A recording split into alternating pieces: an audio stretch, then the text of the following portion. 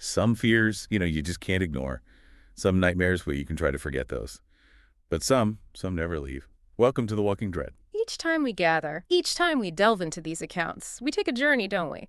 Into the macabre, the strange, stories that feel almost too real to be fiction, but too terrifying to be true. I'm Adrian. And I'm Julia. And Julia, is our expert in all things fear, all things folklore. Before we descend into darkness, make sure you're following and rating The Walking Dread. Really does help keep the nightmares coming.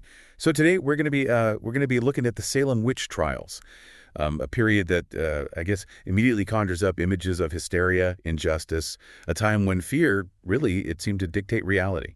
Yeah, and what we've been looking at, what really struck me is a particular story, the story of a woman named Sarah. And what's so powerful in these sources is this portrayal of her innocence, this sense of an individual, caught up in this wave of accusations that really had no basis in truth.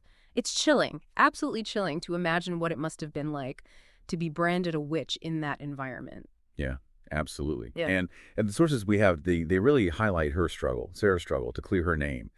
It's a struggle that takes a truly disturbing, a truly unexpected turn. We're not just examining the injustice here, but also these strange and lasting consequences that seem to have followed. So we've got Sarah in her prison cell. Where do we go from there? Well, what's really fascinating in these accounts is Sarah's attempt to fight back, to use logic, Yes. facts, against this overwhelming tide of fear. And the sources detail her discovery of a ledger. And it's not just, some random scribbling. It's a meticulous record, a record of her daily life. But crucially, it contains undeniable proof that on the very day she was accused of witchcraft, she was actually tending to her sick aunt. Her own handwriting, irrefutable dates.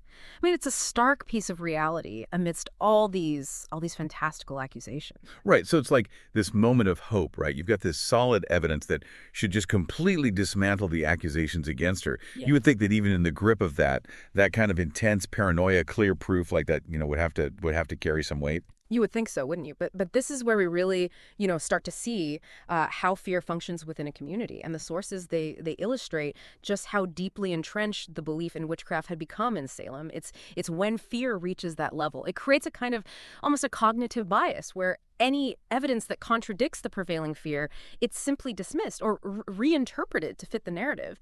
The accounts show us, the magistrates essentially disregarded her ledger. They didn't want to see it.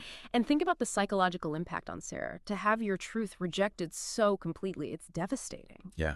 And it's kind of at that point, as the magistrates are waving away her proof, the atmosphere, it shifts dramatically in the sources. That despair, that feeling of just utter powerlessness in the face of such blatant injustice, it transforms into something else within Sarah, this profound rage. And as she's holding on to this ledger, this physical manifestation of her truth being ignored, the accounts describe a really unsettling change.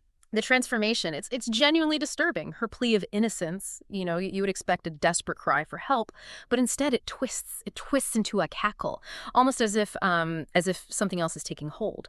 And even more bizarrely, the ledger itself, the ink on its pages, it allegedly begins to contort. The words warp into what are described as blasphemous symbols. It's this horrific paradox. The very evidence meant to save her is twisted into further proof of her supposed witchcraft. So the inevitable happens, but the sources suggest that the noose wasn't the end of Sarah's story. That rage born from being so completely, so unjustly condemned, it seems to anchor her to Salem in some way. Mm-hmm. It's like, considering, the folklore that often surrounds these kinds of events, it's almost as if the sheer force of that injustice, that raw anger, it couldn't simply dissipate. It had to go somewhere. The sources imply that her essence becomes tied to the ledger itself and to the pervasive fear that hung over Salem. She evolves into what they call the Witch of Salem. But the accounts, they make it clear that this isn't your, stereotypical grotesque figure of folklore.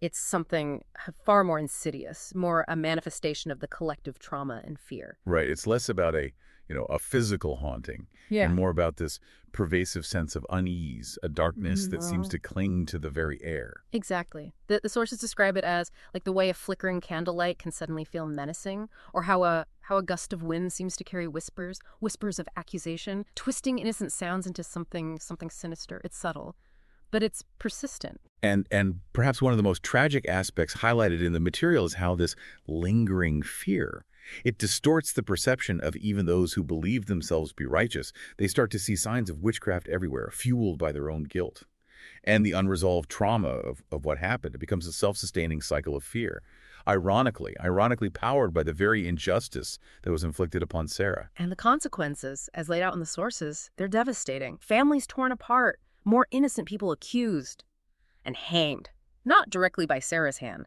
but as a result of the poisoned atmosphere. And those initial accusers, those who were celebrated for their supposed piety, they eventually become consumed by the very fear they ignited. And Sarah, trapped in this spectral state, is forced to witness this ongoing tragedy, powerless to intervene.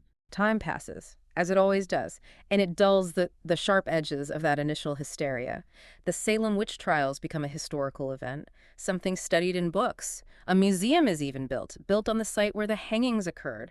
And the ledger becomes just another dusty artifact in a display case. Yet, according to the accounts, Sarah's presence, or perhaps her curse as some might see it, it doesn't entirely vanish, does it? There are stories, whispers really, of spectral eyes, glimpsed in the museum displays late at night, and that sudden, inexplicable chill that visitors sometimes experience. It's as if the residue of that intense trauma, it lingers in the very fabric of the place. What's particularly striking is the contrast between the fates of the accusers and Sarah. The names of those girls, those who fueled the hysteria with their lies, their malice, they fade into obscurity. Yet Sarah, the innocent woman whose truth was so brutally perverted, she becomes the enduring legend. Right. It underscores how injustice can leave a much more profound, a much more lasting mark on collective memory than the perpetrators themselves. So Sarah, then, she isn't just a vengeful ghost in the traditional sense. Would you say that? No, I wouldn't. The sources suggest she's evolved into something more symbolic. A vengeful echo is how they put it. A vengeful echo of the falsehoods created by her accusers. It's as if her spectral form is a constant reminder of that original sin. And the tourists, the tourists who whisper those ghost stories about a witch's curse, they're not entirely off the mark, are they? No, not entirely. The real curse is the terror, the enduring legacy of fear and mistrust that the accusers left behind. And Sarah, in her spectral existence, she's inextricably linked to this ongoing cycle. And the truly tragic element, as I see it, is her entrapment. She can't seek direct revenge on those who wronged her. They're long gone. She can't break the cycle of fear. Because that human tendency to accuse, to condemn, it often lies within individuals themselves, not in some, external supernatural force. And she can't find rest. Her innocence was so utterly twisted by those monstrous lies, that for her to simply fade away would be, in a way, a final validation of those accusations.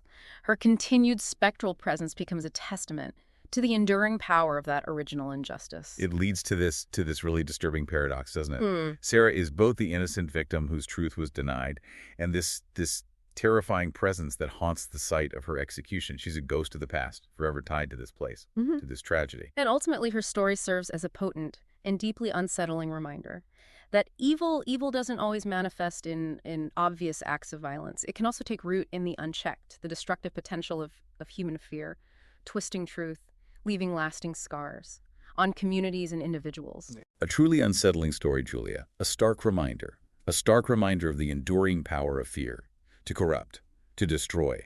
Makes you think, doesn't it?